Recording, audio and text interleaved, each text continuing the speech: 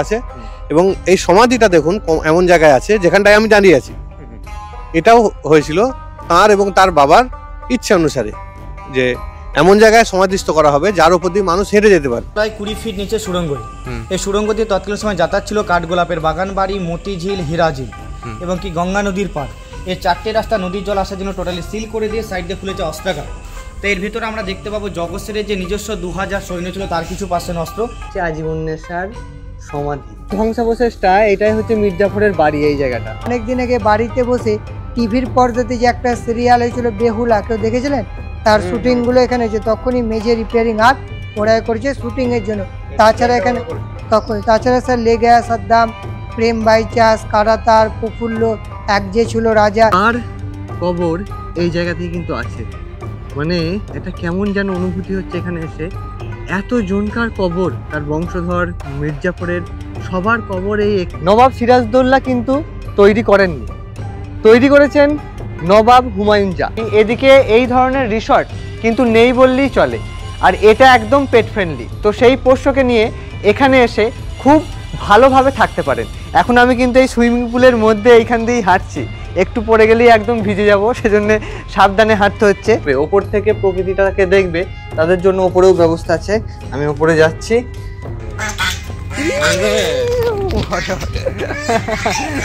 এখন ঝুড়ো আলু ভাজা আছে এই যে, আর ফুলকপি আলুর তরকারি, আর ডাল, মাছ আছে। শীতের রোদ গায়ে মেখে ইতিহাসকে নতুনভাবে জানতে সেদিন কাটোয়া থেকে আমরা রামপুরহাট এক্সপ্রেস ধরে গেলাম মুর্শিদাবাদ। এটুকু বলতে পারি, এই ট্যুর ভিডিওটা দেখলে অল্প সময়ের মধ্যেই কিভাবে মুর্শিদাবাদের সমস্ত জায়গায় ভ্রমণ করতে পারবেন তা দেখতে পাবেন। আমরা এইমাত্র এসে পৌঁছালাম লালবাগ কোর্ট রোডে। তো স্টেশনটাকে দেখিয়ে দিই, কত সুন্দর দেখুন, পরিষ্কার পরিচ্ছন্ন, একদম ঝকঝকে স্টেশন। মানে খুব সুন্দর, এলি আপনার মন একদম ভরে যাবে। আর এই দিককার যে পরিবেশটা, এই দিকটা একটু দেখিয়ে দাও। ওই সাইড থেকে মানে যেমন চওড়া তেমন পরিষ্কার, নিট অ্যান্ড ক্লিন। আর এই সাইডে এলেই তো আপনার একদম রিলস, ফটোশ্যুট এইসব করতে মানে এলেই মন হবে, দারুণ সুন্দর লাগছে। তো এখান থেকে আমরা এলাম কাটোয়া থেকে এলাম আজিমগঞ্জ স্পেশাল এক্সপ্রেস ধরে 1.5 ঘন্টা টাইম লাগলো। একদম রাইট টাইমেই ট্রেন এসে পৌঁছালো লালবাগ কোর্ট রোডে। আমাদের এইবারকার ট্যুরটা হবে মুর্শিদাবাদ ট্যুর। মুর্শিদাবাদের আগেও আমি গেছি, কিন্তু সেই সময় ভিডিও করা হয়নি। তো এবারের যে ট্যুরটা হবে মুর্শিদাবাদের অনেক জানা অজানা ইতিহাস নিয়ে, যেগুলো আপনাদের দেখলে মন ভরে যাবে। তো পুরো সিরিজটা দেখবেন মুর্শিদাবাদের এই ট্যুরটা, সঙ্গে থাকবেন। আর এখন আমরা যেখানে যাব খোশবাগে, যেখানে আছে নবাব সিরাজদৌল্লার সমাধিস্থল। তো সেই জায়গাটাও কিন্তু আমাদের কাছে একটা আবেগের, একটা ঐতিহাসিক জায়গা। তো সেটা দিয়ে স্টার্ট হবে এই মুর্শিদাবাদ ট্যুর। ওদের জোরটাও বেশ মানে জোরালোভাবে আছে। এই যে টোটো থেকে 2-1টা করে আছেই টোটো। এখানে একটু দাঁড়ান।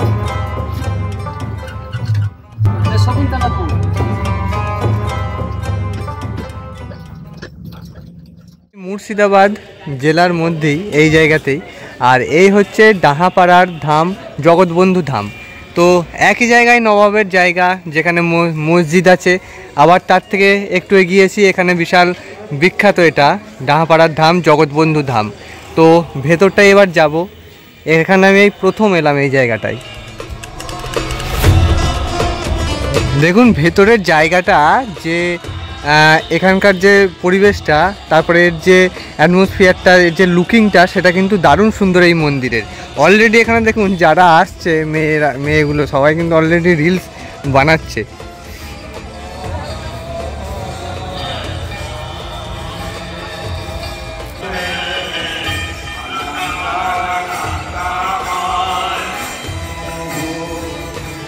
নবাব সিরাজদৌল্লার সমাধি আর ডাহাপাড়া ধাম দর্শন করে আমরা চললাম ভারতবর্ষের শ্রেষ্ঠ পর্যটক গ্রাম কিরিটেশ্বরী। মুর্শিদাবাদ আসবো আর এখানে আসবো না সেটা হয় নাকি, তাই আগে থেকেই সমস্ত কিছু প্ল্যান করেই এসেছিলাম। আর এই গ্রামের অনেক অজানা তথ্য দিয়ে ভরা সম্পূর্ণ ভিডিওটি দেখতে পাবেন ইউটিউবের মুর্শিদাবাদ প্লেলিস্টের মধ্যে। এই গ্রামটা অ্যাকচুয়ালি ভারতের শ্রেষ্ঠ পর্যটন গ্রাম হিসেবে তকমা পেয়েছে কিরিটেশ্বরী। 28টা রাজ্যের মধ্যে 800টারও বেশি, 795টা অ্যাপ্লিকেশান এখানে জমা পড়েছিল। তার মধ্যে এই গ্রামটা শ্রেষ্ঠ হয়েছে। তো এটা তো একটা আমাদের বাংলার একটা গর্ব করার মতো বিষয়। আর এখানে এসে আরও যেটা ভালো লাগছে, গ্রামটা যেমন পরিষ্কার পরিচ্ছন্ন, এখানকার মানুষজন আরও বেশি পরিষ্কার পরিচ্ছন্ন, তাদের মন, তাদের ব্যবহার। এখানে একটা কথা বলে দিই, কোনো কিন্তু ভেদাভেদ নেই। এই কাকারা এটাই এনাই বললেন। দেখুন, আপনার নামটা কি একটু বলেন? অরুণ কুমার ভট্টাচার্য। আর আপনার নাম? ধীরেন্দ্রনাথ যাদব। আপনার? আমিরুল ইসলাম। আপনি এখানকার পুজো কমিটির সেক্রেটারি ইনি। কথিত আছে, আমরা শোনা কথা, যখন আপনার দক্ষরাজরা শিবিন যজ্ঞ করেন তখনই নারায়ণ চক্র দ্বারা মায়ের এক একটা খণ্ড খণ্ড করে মানে এক এক জায়গায় ফেলে। আমাদের সেই থেকেই নাম আমাদের কেইটেশ্বরী, এখানে তীর্থস্থান। আমরা মায়ের নামই আমাদের গ্রামের নাম। আমরা পর্যটন হিসাবে আপনার গণ্য হয়েছি এই জন্যই যে আমরা মায়ের নাম যে কেইটেশ্বরী মন্দির, পোস্ট অফিস, স্কুল সবই তো কেইটেশ্বরী, সবটাই মায়ের অবদান। পঞ্চায়েত সব কেইটেশ্বরী। আমরা আমাদের মেলা হয় একমাত্র আপনার 1 মাস মেলা হয়। মেলাতে আপনার হিন্দু, মুসলিম, আদিবাসী, খ্রিস্টান, জৈন সব কিছু মাস মিলে জুলে মেলা পরিচালনা করি। এই যে হচ্ছে শিলা 51 খণ্ডের খণ্ড। কীট কথার অর্থ ভীষণভাবে বিকৃত হয়ে গেছে। কেউ মুকুট বলছে, কেউ কপাল বলছে, কেউ এটা আদি ওটা আদি। এটা আসলে একটা তর্জা তৈরি হয়ে গেছে অলরেডি। কিন্তু আসল হচ্ছে ফুলিটা, এটাকে করটি বলা হয়, করটি থেকে কিরিটি। আচ্ছা, এই করটি আমাদের 3টে পার্ট, সূর্য, চন্দ্র, জ্ঞান। এখানেও শিলাটা 3টে পার্টি রূপান্তর। এই শিলাকে কেন্দ্র করে এই মন্দির প্রতিষ্ঠা করে গেছেন নাটোরের রানী ভবানী। নাটোর হচ্ছে পূর্ববঙ্গে, রাজশাহী জেলা। এদিকে যাও, নকশার মধ্যে মা, নকশায় মা। বাকি যে নকশাটা দেখছেন এটা ফুল পাতা লতা নয়, এটা হচ্ছে বৌদ্ধ তন্ত্রের শ্রীযন্ত্র। আচ্ছা, একসময় এখানে বৌদ্ধ তন্ত্রের প্রভাব ছিল তিব্বতী তান্ত্রিকদের। আর এই যে খিলানটা দেখছেন, আর্চটা, এটা ইসলামিক আর্কিটেকচার, মুসলিম স্থাপত্য। আর এই হলো আমাদের বাংলা চালা, যাকে আমরা বাঁকুড়ার ঘরানা বলি, বিষ্ণুপুর বাঁকুড়ার ঘরানা। এবার মুখমণ্ডলী থেকে তাকিয়ে দেখুন, এখানে ভগবান বুদ্ধের ছোঁয়া আছে বুদ্ধের আদল, মুখমণ্ডলী বৌদ্ধ আদলের। শ্রুতি মণ্ডল। এখানে কোথায় এসেছিস বলতো? কেটেশ্বরী মন্দিরে। এর আগে এসেছিস? এর আগে হ্যাঁ, অনেকবার এসেছি। কেমন লাগছে? ভালো। বাহ বাহ। কোথা থেকে এসেছিস? আমরা লালবাগ থেকে, রামরাজাপুর গ্রাম থেকে। ওকে ওকে, দেখো দেখি। চলে এলাম মুর্শিদাবাদের বহরমপুরের কাশিম বাজারে। তো এই কাশিম বাজারে Samriddhi banquet garden and resort, the tree house resort, মানে বুঝতেই পারছেন নিশ্চয়ই ভেতরে ট্রি হাউস তো আছেই। তো ভেতরটাই যাই, তারপরে কথা হচ্ছে। অ্যাকচুয়ালি আমরা মুর্শিদাবাদের যে ট্যুরটা করছি, সেই ট্যুরটা আমরা এই রিসর্টটা বুকিং করেছিলাম। তো রিসর্টের ছবি টবি সমস্ত ওনারা পাঠিয়ে দিয়েছিলেন, দেখি খুব সুন্দর পছন্দ হয়ে গেছিলো। তো এখান থেকে এই ট্যুরটা আমাদের হচ্ছে, আজকেও হবে, পুরো ভিডিওটা দেখবেন। আর তার সাথে আপনাদের এই রিসর্টটা পুরোটা ঘুরিয়ে আমি দেখিয়ে দেবো, এনাদের থাকা খাওয়া, ফুডিং, লজিং, কত কি ভাড়া। এখান থেকে আমি যতদূর জেনে এসেছি, পুরো মুর্শিদাবাদের যে ট্যুরটা সেটা কিন্তু ভালোভাবে আপনারা করতে পারবেন। ডান দিকেই রয়েছে রিসেপশন। তো রিসেপশনে আগে কি কি ডকুমেন্টস লাগে একটু দেখিয়ে নিই। নমস্কার। নমস্কার স্যার, আসুন এন্ট্রিটা করে নেন স্যার। ঠিক আছে, আপনার ডকুমেন্টসটা দিয়ে দেবেন। ওকে ওকে ওকে। তো হয়ে গেল নাম এন্ট্রি করা। এবার আমাদের রুমে যাই, তারপর ফ্রেশ ট্রেশ হয়ে একদম খাওয়া দাওয়া ব্রেকফাস্ট করে আমরা বেরিয়ে যাব আমাদের এই মুর্শিদাবাদে যে ট্যুরগুলো আছে। তার আগে আমি যেগুলো জেনে এসেছি, এখানে কিন্তু খাওয়া দাওয়ার ব্যবস্থা আলাদা করে, রেস্টুরেন্ট, ব্যাংকোয়েট, বিভিন্ন সব অনুষ্ঠানও এখানে করা হয়। তো সেগুলোও আমি ডিটেলস জানিয়ে দেবো। তার আগে আমাদের রুমটায় আগে যাই। আর রিসেন্ট তো সুইমিং পুলও তো বোধহয় হয়েছে নাকি? অবশ্যই সুইমিং পুল আছে। সুইমিং পুল আছে। আর অনুষ্ঠান বলতে কি শুধু বিয়ে নাকি? বিয়ে, অন্নপ্রাশন, সবকিছু, সব বার্থডে পার্টি, সমস্ত কিছু সবকিছু। আর রেস্টুরেন্টে যদি কেউ আলাদা করে খেতে চায় সেটাও কি হবে? না, রেস্টুরেন্ট না, বাইরে ওপেন রেস্টুরেন্ট আমাদের আছে। আপনার সুইমিং পুল আছে, ব্যাংকুয়েট আছে, আপনার 2-3টে ব্যাংকুয়েট আছে, রুম আছে। 8 বিঘা এরিয়া। 8 বিঘা এরিয়া। আচ্ছা, আমাদের রুমটাই চলুন আগে। হ্যাঁ চলুন স্যার, আসুন। আচ্ছা, আমাদের একটা রুম, এই রুমটা, তাই তো? ঠিক আছে। ওয়াও, দারুণ দারুণ, মানে ঢুকি একটা আলাদা অ্যাম্বিয়েন্স, সমস্ত কিছু ফিটফাট একবারে। আমরা বুকিং করে রেখেছিলাম, ছবিও পাঠিয়ে দিয়েছিল। ছবিতে যত সুন্দর লাগলো, মানে এখানে যখন এলাম ভেতরটা, অ্যাম্বিয়েন্সটা কিন্তু আরও সুন্দর, একদম ঝিকঝাক রুম, পরিষ্কার, সোফা আছে, বেড আছে, 6-7 একটা বেড, বিছানা, মানে খুব পরিষ্কার পরিচ্ছন্ন, এসি। আর সুন্দর ফল সিলিংয়ের কাজ করা আছে, ফ্যান আছে, আর সাথে তো মানে যা যা দরকার চেয়ার টেবিল আলমারি ড্রেসিং টেবিল সমস্ত কিছুই আছে। আর এদিকে আছে অ্যাটাচ বাথরুম। অ্যাটাচ বাথরুমটা একটু দেখিয়ে দিই। এই হচ্ছে attach bathroom, commode basin geyser সমস্ত কিছুই কিন্তু এখানে আছে। সাথে আমাদের দুটো জলের বোতলও দিয়ে গেল। তো আমরা এবার ব্রেকফাস্টটা করে নেব, তারপরে আমাদের ট্যুর শুরু হবে। আর দুপুরে লাঞ্চ রাতের ডিনার সমস্ত কিছুই থাকবে, মানে ফুল প্যাকেজে এখানে আপনারা আসতে পারেন। আর বাইরে এটাও কিন্তু সুন্দর প্রকৃতির মধ্যে বসে খাওয়ার ব্যবস্থা আছে। আর এই দেখুন দাঁড়ান একটু ব্রেকফাস্টটা দেখিয়ে দিই। কথা বলতে বলতেই ব্রেকফাস্ট চলে এলো। তো ভেতরে যান, আমি গিয়ে দেখিয়ে দিচ্ছি। আর ভেতরটায় যেটা আছে সেটা হচ্ছে এসিতে বসে সুন্দরভাবে খাওয়ার ব্যবস্থা আছে। এই জায়গাটা ব্রেকফাস্ট আমাদের দিয়ে গেল। ব্রেকফাস্টে ব্রেড আছে, অমলেট আছে, আর আলু টিক্কি, সসেজ, আর একটা এটা কি দিয়েছে টমেটো সস, আর এদিকে মশলা আছে। তো আপনারা এই ব্রেকফাস্টটা চাইলে লুচি আলুর দম কিংবা যেটা চাইবেন এনাদেরকে আগে থেকে বলে দিলে সেটাই তৈরি করবেন। মুর্শিদাবাদের এমন কিছু কিছু ইতিহাস আছে যেগুলো আপনারা কম বেশি সবাই জানেন, কিন্তু আমি আমার ভিডিওর মাধ্যম দিয়ে যেগুলো এখনো অনেক ইতিহাস আছে যেগুলো চাপা পড়ে আছে সেগুলো একটু দেখানোর চেষ্টা করি। হ্যালো,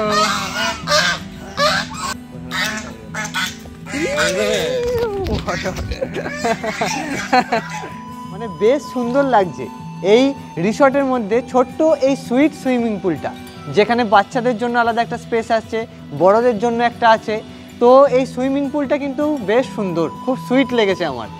এই টোটাল 8 বিঘের মধ্যেই এই ছোট্ট একটা জায়গায় সুইমিং পুলের স্পেস করা হয়েছে। পরে দেখুন এর কিন্তু একটা আলাদা সিকিউরিটি আছে, যাতে কোনো সময় এর মধ্যে নোংরা বালি টালি যাতে কিচ্ছু না পড়ে, সেই জন্য এইগুলো সেট করে দেওয়া আছে এই জায়গাগুলো।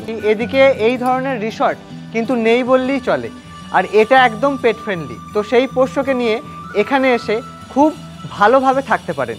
এখন আমি কিন্তু এই সুইমিং পুলের মধ্যে এইখান দিয়েই হাঁটছি, একটু পরে গেলেই একদম ভিজে যাব, সেজন্য সাবধানে হাঁটতে হচ্ছে। আর পোষ্য রাখার জন্য কোনো কিন্তু এক্সট্রা চার্জ করা হয় না, তার জন্য আলাদাভাবে মেনটেন্যান্স করা হয়। এই ব্যাপারটা কিন্তু আমার খুব ভালো লাগলো। তার জন্য যে আলাদা চার্জ সেটা কিন্তু কোনো ব্যাপার নেই। প্রত্যেকটা রুমের কত কি তারিফ আছে সেটা আমি একটু পরেই ভালোভাবে বলে দেবো। আর আপনার সাথে যে ড্রাইভার আছে তাদেরও কিন্তু মিনিমাম চার্জে ডরমেটরির রুম ব্যবস্থা আছে, একদমই মিনিমাম। তো সেগুলো আমি রুম দেখাবার সময় ভালোভাবে আপনাদের ডিটেলস দিয়ে দেবো, এমনকি ডেসক্রিপশানেও দেওয়া থাকবে ফোন নাম্বার, কোন গাড়িতে আমরা এই ট্যুরটা মুর্শিদাবাদে করছি, কোনটা সমস্ত ডিটেলস থাকবে। সেজন্য ভিডিও যারা দেখবেন তারা আমার ডেসক্রিপশানটাও ফলো করবেন। তো এবার জল থেকে উঠে পড়ি, এখন ঠান্ডা ঠান্ডা লাগছে, তবে এইটা কিন্তু সব সময় ওপেন থাকে, আপনারা ইভিনিং মর্নিং যখনই আসবেন সেজন্য এই জায়গাটা সবাইকার জন্যই সবসময় রেডি আছে। এই রিসর্টে যে ব্যাঙ্কোয়েটটা আছে সেটা একবার আপনাদের দেখিয়ে দিচ্ছি। দেখুন অনেকটা বড় এরিয়া নিয়ে আছে, আর পুরো হলটাই এসি, অনেক কটা এসি লাগানো আছে। সো এখানে সমস্ত ধরনের অনুষ্ঠান কিন্তু হয়, বিয়ে, বার্থডে, অন্নপ্রাশন। তো সেগুলোর জন্য আলাদাভাবে আপনাকে কন্ট্যাক্ট করে নিতে হবে, তার জন্য সমস্ত কিছুই এখানে ব্যবস্থা আছে। এই যে রিসর্টটা, এই রিসর্টের যোগাযোগ ব্যবস্থাটা কিন্তু খুব ভালো, খুব মানে সহজেই এখানে চলে আসতে পারবেন। সেই যোগাযোগ ব্যবস্থাটা আমি একটু পরে বলে দিচ্ছি। তার আগে এখানে যে আসবেন তার তারিফগুলো একটু আপনাদের সামান্য একটু বলে দিই। তাছাড়াও আপনারা ডেসক্রিপশানে একটা ওয়েবসাইট দেওয়া থাকবে, সেই ওয়েবসাইটে যদি ক্লিক করেন সেখানেও সমস্ত ডিটেলস থাকবে এই রিসর্টের তারিফ সম্বন্ধে। তো এই রিসর্টে এসে আপনারা 2500 টাকায় ডবল শেয়ারিংয়ে থাকতে পারবেন, সাথে ব্রেকফাস্ট ইনক্লুডেড আছে। আর আপনি যদি আলাদা আরও কিছু খেতে চান নিজের মন মতো, তার জন্য আলাদা চার্জ লাগবে। আলাদাভাবে যদি সম্পূর্ণ ট্যুরটা এনার ওপর দায়িত্ব দিয়ে দেন, ইনি কিন্তু ব্যবস্থা করে দেবেন, সম্পূর্ণভাবে ঘোরার যে প্ল্যান তিনি এটা দিয়ে দেবেন, কিন্তু সেটা আলাদা চার্জে। সুতরাং 2500 টাকায় ডবল শেয়ারিং, সাথে ব্রেকফাস্ট ইনক্লুডেড। আর আপনার সাথে এক্সট্রা যদি কেউ থাকে তো তার জন্য 500 টাকা নেওয়া হবে। তো এইটাই হচ্ছে এখানকার চার্জ। এখন জলের মধ্যেই এখানে একটা ঘর তৈরি হয়ে আছে। তো এই ঘরটা কিন্তু একদম জলের মধ্যেই, পর্দা খুললেই সুন্দরভাবে জল দেখা যাবে। তার সাথে এই রিসর্টে রাজহাঁস আছে, ওই যে বললাম পেট ফ্রেন্ডলি, সমস্ত অনেক পোষ্য আছে। আমাদের লাঞ্চটা চলে এসেছে, তো এবার ভাতটা ঢেলে নিই। চালগুলো কিন্তু বেশ ঝরঝরে আছে, ভালো চাল, বাসমতি চাল, একটা আলাদাই সেন্ট বেরোচ্ছে। তো এইটুকু থাক এখন।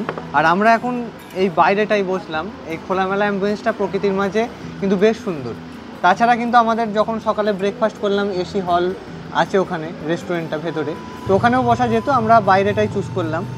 আর এখন এই জায়গাটা লাঞ্চটা আমরা যেটা বলেছি সেটাই আছে, চাইলে আপনি যেমন চাইবেন সেরকমই ওনারা করে দেবেন। এখন ঝুড়ো আলু ভাজা আছে এই যে, আর ফুলকপি আলুর তরকারি, আর ডাল, মাছ আছে, স্যালাড, আর এদিকে চাটনি আচার যেটা বলবেন আর কি, একটু ডাল হাত দিয়ে সব নিচ্ছি, অনেকটা পরিমাণে কিন্তু আছে এখানে। তো ডাল দিয়ে ঝুড়ো আলু ভাজা মেখে খেতে আমার বেশ ভালোই লাগে। কিন্তু মটরশুঁটিও দেওয়া আছে, এর যে পিসটা সেটা কিন্তু ভালো বড়, সাইজটা বেশ বড় সাইজ, ভেঙে যাচ্ছে, এত সফট হয়েছে। পাতে নিয়ে নিলাম। এই রিসর্ট থেকে যাব মুর্শিদাবাদের হাজারদুয়ারির কাছাকাছি যে প্লেসগুলো আছে, যে হিস্ট্রিক্যাল জায়গাগুলো আছে সেগুলো যাব। তো এবার এই রিসর্ট থেকেই বলে দিয়েছিলাম, তো টোটোর ব্যবস্থা করা হয়েছে, কারণ কাছাকাছি জায়গাগুলো, সেই জন্য এই দাদাও চলে এসেছে। এবার টোটো করেই আমরা এগুলো ঘুরবো। টোটো করে ঘুরতে কিন্তু বেশি ভালো লাগে আমার, ফাঁকা ফাঁকা বেশ আস্তে আস্তে যাই। তো এখান থেকে যাব কাছাকাছি সব, তো দেখি কতক্ষণ কি হয়।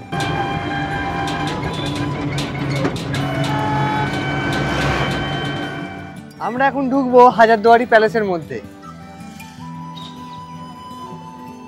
হাজারদুয়ারিতে প্রবেশ করার আগে আপনাকে কিন্তু ক্যামেরা যা আছে সব জমা দিয়ে দিতে হবে।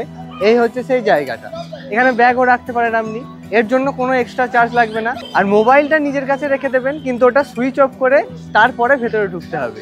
আর এই দিকটা হচ্ছে টিকিট কাউন্টার। তো এখন 25 টাকা করে টিকিট। আগেতে কিন্তু এই গ্রাউন্ডের ভেতরে ঢুকা যেত, এখন কিন্তু টিকিট লাগছে এটা। এখন ওই গ্রাউন্ডের ওই দিকটা গেলেই টিকিট কেটে তারপরে যেতে হবে, দুটো। যাই, ঐতিহাসিক জায়গা হাজারদুয়ারি, যতবারই আসা হয় ততবারই যেন একটা ঐতিহাসিক জায়গা হলে যেটা হয়। তো আগে এই যে জায়গাগুলো আমি যাচ্ছি এখন, এখানে কিন্তু আসতে কোনো টাকা লাগতো না, এইটুকুনি থাকবো, ঘুরবো, ছবি তুলবো, সমস্ত কিছু দেখবো। কিন্তু এখন ওইখান থেকেই কিন্তু গার্ড দাঁড়িয়ে আছে, ভেতরে আসতে গেলেই টাকা লাগছে 25 টাকা করে। তারপরে কেউ ভেতরে ঢুকলো কি ঘুরলো কারো কোনো ব্যাপার নেই, টাকাটা দিতে হবে। আর গাইড নিলে যেটা বললো 350 টাকা করে চার্জ, কিন্তু কারোর কাছে যদি 350 টাকা নাও থাকে সেটা ওনাদের সঙ্গে একটু দরাদরি করলে কমে, কেউ সুযোগ বুঝে বেশিও নিয়ে নেয়। সুতরাং আপনাদের সেটা একটু ওনাদের সাথে কথা বলে ঠিক করে নিতে হয়। সব জায়গাতেই এরকম ব্যবসা তো এখন চলছেই। আর যেগুলো মেন সিজন সেগুলোতে ওনারা বললো 350 করেই ভাড়া নেয়, মানে এই চার্জটা নেয়, যেটা গাইড কিন্তু ভেতরে ঢুকবে না, মানে এই বাইরে থেকেই কি আছে, কোথায় কামান আছে, কোথায় কি আছে সব দেখিয়ে দেবে। সুতরাং ওনাদের সাথে যেগুলো আমি এই ঘুরলাম ট্যুরগুলো, সেগুলো সব জায়গাতেই এরকম, মানে চার্জটা ওনাদের সঙ্গে একটু দরাদরি আপনাকে করে নিতে হবে যদি গাইডের মুখ থেকে কথা শুনতে চান আর কি। আর সকাল 9:30 থেকে 4:30 পর্যন্ত খোলা থাকে, আর একটু পরেই বন্ধ হয়ে যাবে, এখন 4:05 বাজে। নবাব সিরাজদৌল্লা কিন্তু তৈরি করেননি, তৈরি করেছেন নবাব হুমায়ুন শাহ। আর এখানে সালটা হচ্ছে 1829 থেকে 1837, 8 বছর টাইম লেগেছিল নবাবী এই প্যালেস তৈরি করতে। মুর্শিদাবাদ, যার আগের নাম ছিল মুকসুদাবাদ, 1704 সালে নবাব মুর্শিদ কুলি খাঁ রাজস্ব আদায় কেন্দ্র ঢাকা থেকে স্থানান্তরিত করেন মুকসুদাবাদে। তারপর দিল্লির সম্রাট ঔরঙ্গজেবের অনুমতি পেয়ে নিজের নামে মুকসুদাবাদের নাম পরিবর্তন করে রাখেন মুর্শিদাবাদ, যা বাংলা, বিহার, উড়িষ্যার রাজধানী ছিল। আর মুর্শিদাবাদের নাম শুনলেই যে প্যালেসের কথা সর্বপ্রথম আমাদের মাথায় আসে সেটাই হলো এই হাজারদুয়ারি। জানা যায় ঢাকার জনৈক জনার্দন কর্মকার এই কামানটি তৈরি করেন, যার ওজন ছিল 7657 কেজি। শোনা যায় যে এই কামানটি মাত্র একবার নিক্ষেপ করা হয়েছিল। যখন এটি নিক্ষেপ করা হয় তখন এটি প্রায় 10 মাইল ব্যাসার্ধের মধ্যে একটি বিশাল বিস্ফোরক শব্দ তৈরি করেছিল। এই শব্দটি শহরের বেশিরভাগ গর্ভবতী মহিলাকে তাদের সন্তানের জন্ম দিতে বাধ্য করেছিল। সেখান থেকেই এই কামানটির নামকরণ করা হয়েছে বাচ্চা ওয়ালি তোপে। বাচ্চা ওয়ালি মানে যিনি সন্তান জন্ম দেন, আর তোপে মানে হচ্ছে কামান। সেই থেকেই এমন নামকরণ সৃষ্টি হয়।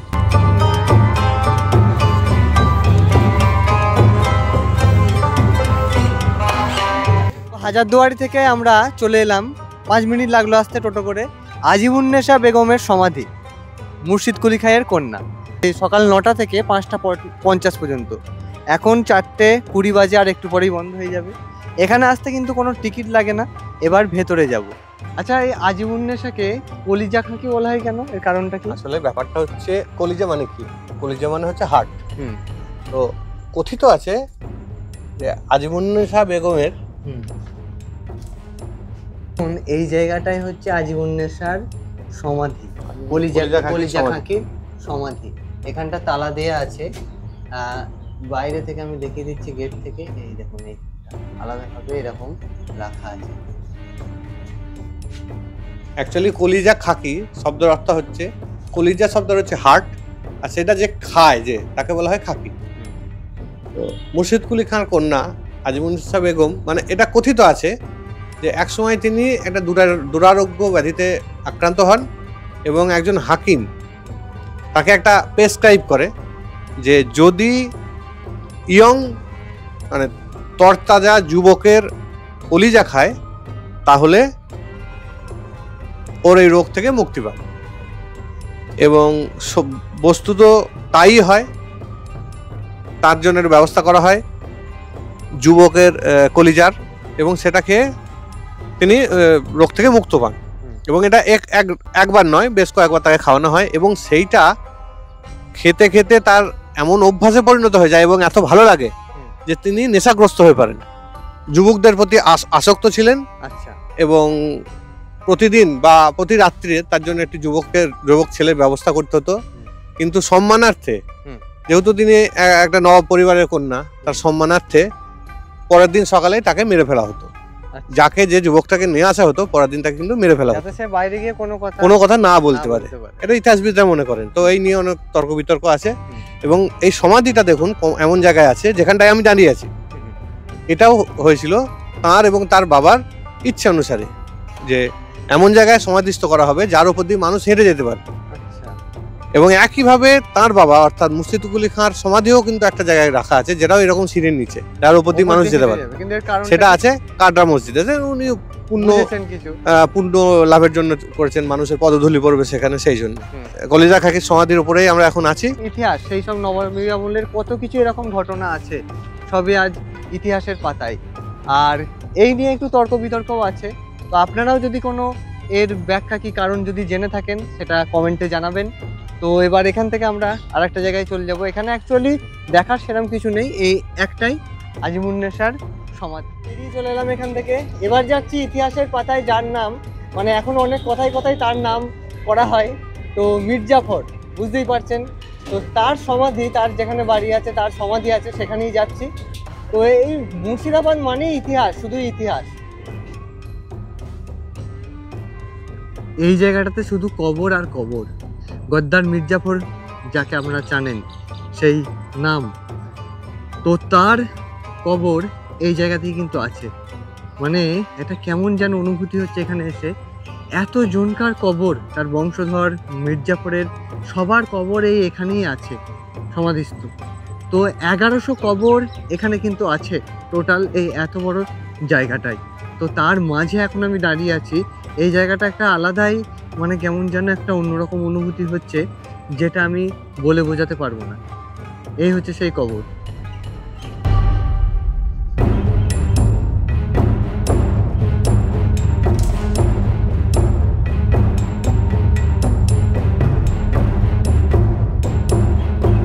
এখানে প্রত্যেকটা জায়গাতেই এবার যেতে যেতে 10 টাকা 15 টাকা করে টিকিট লাগবে। এখানে আসতে আমার 10 টাকা টিকিট লেগেছে, 10 টাকা। কিন্তু এর যে অনুভূতিটা এখানে এলে না এলে কিন্তু বুঝতে পারবে না। এই যে ধ্বংসাবশেষটা, এটাই হচ্ছে মির্জাফরের বাড়ি, এই জায়গাটা। তো এখন এরকম অবস্থা বলে ভেতরটাই কিন্তু যেতে দেওয়া হয় না, কারণ কখন কি বিপদ ঘটে যাবে। এই হচ্ছে সেই ইতিহাসের প্রমাণ, মানে প্রত্যেকটা ইটে ইটে আজও যেন মনে হচ্ছে সেই সব কিছু প্রমাণ আছে, অনেক কিছু আজও এই ইটগুলো যেন কথা বলছে।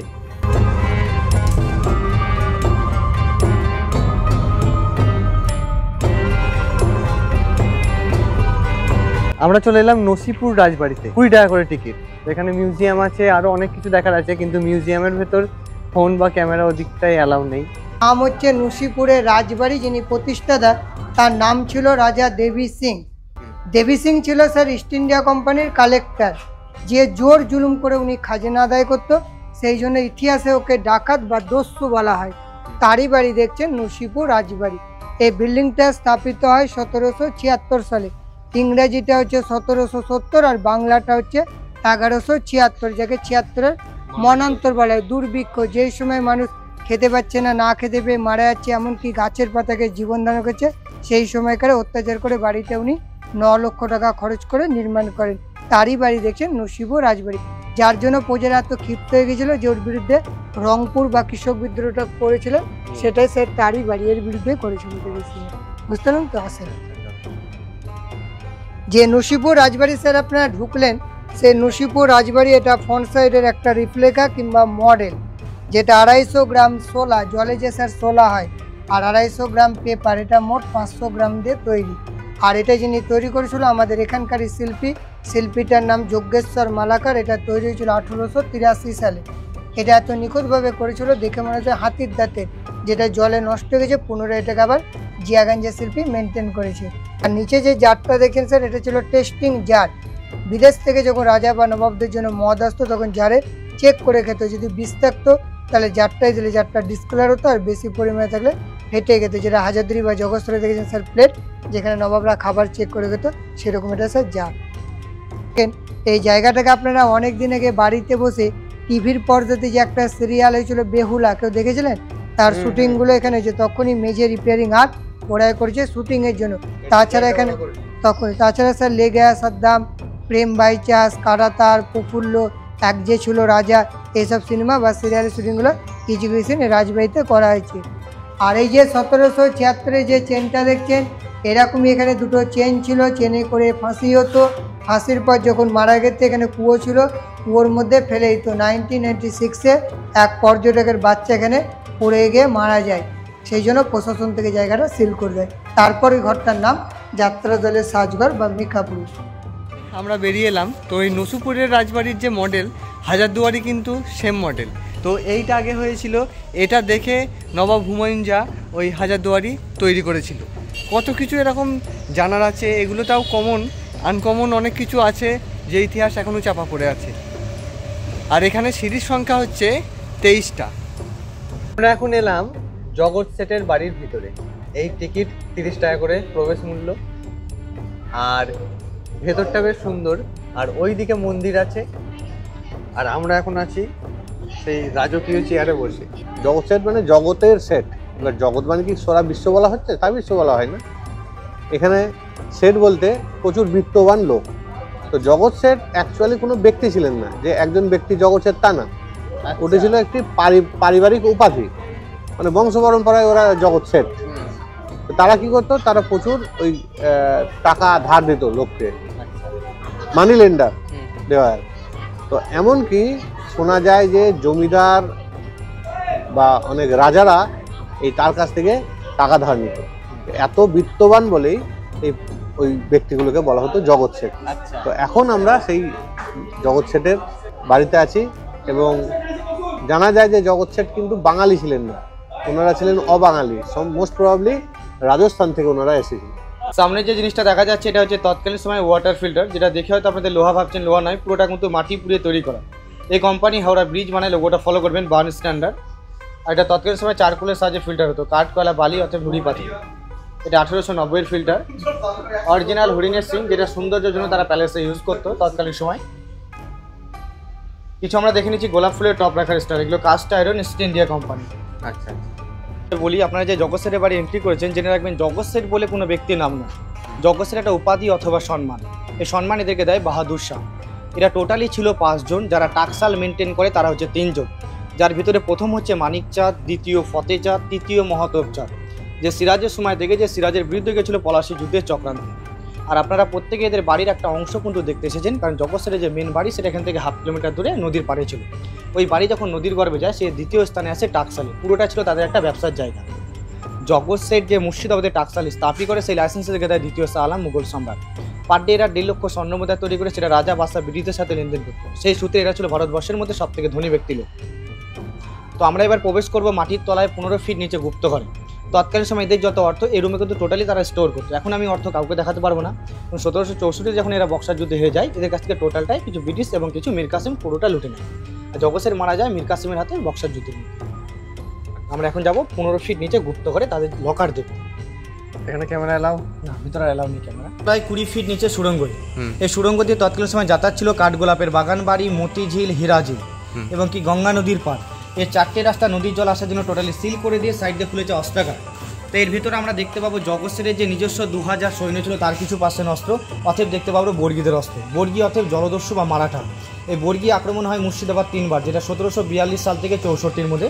বর্গীদের হেড ছিল ভাস্কর পণ্ডিত, আর বর্গী দূর করেছিল আলী বর্দী খান, সিরাজদৌল্লার দাদু, যিনি বাংলার 4র্থ নম্বর নবাব। হ্যাঁ, জগৎসের সিরাজদৌল্লার এগেনস্টে যাওয়ার একটাই উদ্দেশ্য, কারণ জগৎসের এই অঞ্চলে করতো সে সময় সুদের বিজনেস।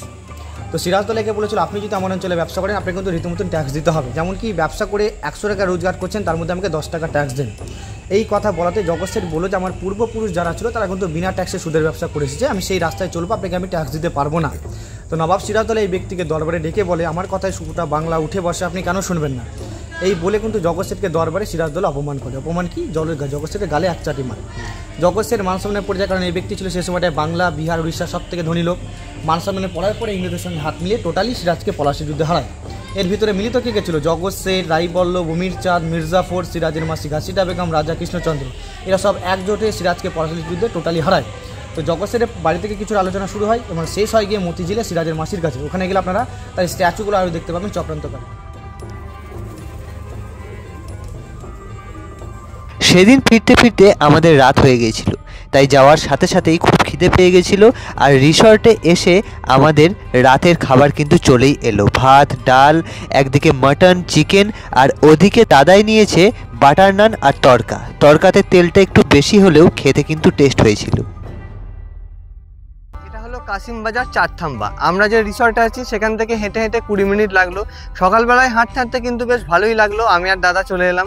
তো এই যে জায়গাটা, বাংলার প্রথম গভর্নর জেনারেল ওয়ারেন হেস্টিংস, সবাই ইতিহাসে পড়েছেন সেই কথা। তো ওয়ারেন হেস্টিংসের স্ত্রী এবং তার কন্যার স্মৃতির উদ্দেশ্যে এখানে সেই স্তম্ভ আছে। ওয়ারেন হেস্টিংসের কন্যা 2 বছর বয়সে মারা গেছিলেন।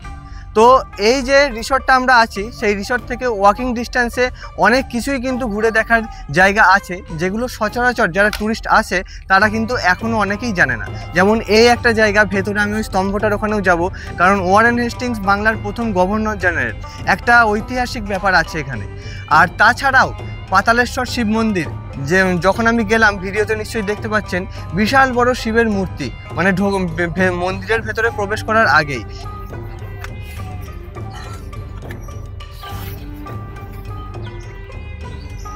এখন এই গেট দিয়ে প্রবেশ করার পরেই একদম সোজা হেঁটে প্রথম যে স্তম্ভটা পাবেন, এই জায়গাটাতেই, এখানে আবঝা আবঝা করে লেখাও আছে, আমি দেখিয়ে দিচ্ছি, ক্যামেরাতে অতটা বোঝা যাচ্ছে না।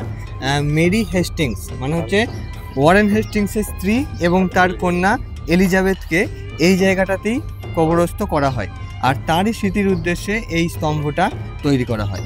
আরও যে ব্রিটিশ রাজকর্মচারীরা ছিল তাদের উদ্দেশ্যে এইগুলো তৈরি করা হয়।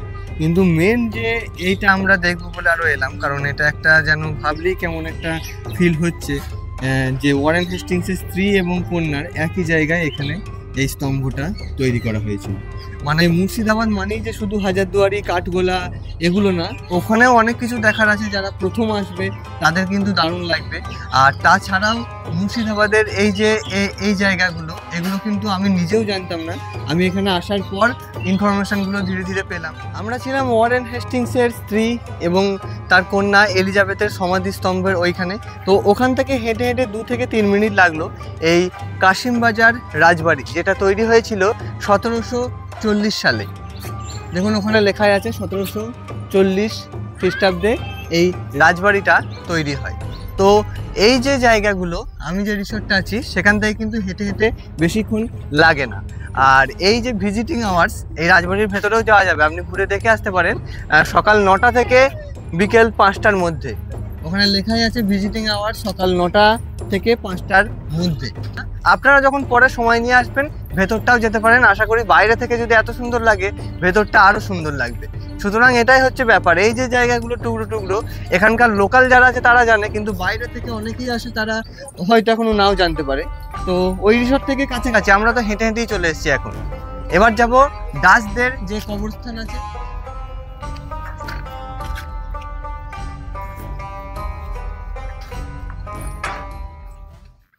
আমরা কাশিমবাজার রাজবাড়ি থেকে এখানে হেঁটে হেঁটে 3-4 মিনিট লাগলো, চলে এলাম ডাচদের সমাধিস্থলে। তো এই ডাচদের বাংলার উপর কিন্তু অনেক প্রভাব ছিল। তো যারা ইতিহাস নিয়ে চর্চা করেন, রিসার্চ করেন, যারা এই সমস্ত জায়গাগুলো পছন্দ করেন তারা কিন্তু এখানে অবশ্যই আসবেন। আর এখানে তো আমরা পুরো আজকে 3টে স্পট গেলাম, পুরোটাই হেঁটে হেঁটেই চলে গেলাম। আর এখানে এসে দেখলাম আগে ওয়ারেন হেস্টিংসের ওই জায়গাটা যখন গেলাম ওখানকার যে স্তম্ভগুলো সেগুলোর ডিজাইন স্ট্রাকচার আলাদা আলাদা, আর এখানকার কিন্তু একটু মানে ডিফারেন্স তো আছেই। যেমন এই দিকে একটা এরকম, ওখানে গিয়ে কিন্তু এরকম আমি দেখতে পাইনি। এই শটের কিন্তু নামের শেষেই লেখা আছে দ্য ট্রি হাউস। তো ট্রি হাউসটা এবার আপনাদের দেখাবো। কালকে আমি দেখেছি কিন্তু তখন আমি ভিডিও করিনি। ট্রি হাউসটা কিন্তু বেশ সুন্দর। ট্রি হাউসের ওপরে এবার আমি উঠছি। এখানে একটা রুম আছে যেটা কাঠের তৈরি, ট্রি হাউসের ওপরেই, খুব সুন্দর। আর এখান থেকে যে ভিউটা আসছে সেটাও কিন্তু দারুণ। শীতের দিনে এরকম রোদের মধ্যে দারুণ ভিউটা আসছে। আর পাশেই স্টেশন, কাশিমবাজার স্টেশন, ট্রেন যাচ্ছে, শুনতেই পাচ্ছেন আওয়াজটা।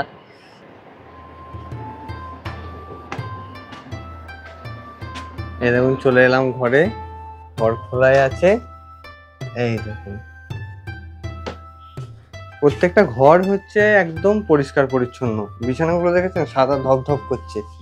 ওপরেও থাকার জায়গা আছে, ওপরটাতে আমি গিয়ে একটু দেখিয়ে দিচ্ছি। আর এদিকে একটা বড় আয়না আছে। আর এখানে একটা রুমে অ্যাটাচ বাথরুমের ব্যবস্থা আছে। ওপর থেকে প্রকৃতিটাকে দেখবে তাদের জন্য ওপরেও ব্যবস্থা আছে। আমি ওপরে যাচ্ছি।